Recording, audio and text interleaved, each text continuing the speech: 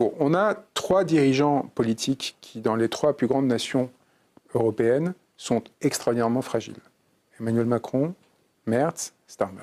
Ce sont des personnes qui, aujourd'hui, n'ont pas l'approbation de leur population, qui sont soit fruits de coalitions contre la nature, soit, comme c'est aujourd'hui le cas en France, gouvernés par des gens qui n'ont pas de majorité au Parlement et qui imposent de facto un pouvoir à leur peuple qui est rejeté et qui cherchent, à travers l'exutoire de la confrontation géopolitique, une justification à leur maintien au pouvoir et à leur domination. Et ces gens-là sont capables de nous amener à des grandes catastrophes. Ils sont capables de nous amener à ouvrir des fronts dans le seul but de se perpétuer au sein du pouvoir. Et aujourd'hui, or, géostratégiquement, la France, par rapport, continentalement d'abord, c'est le contrepoids à une Allemagne qui est perçue comme une menace potentielle par la Russie.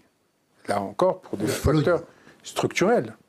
Structurellement, par la proximité.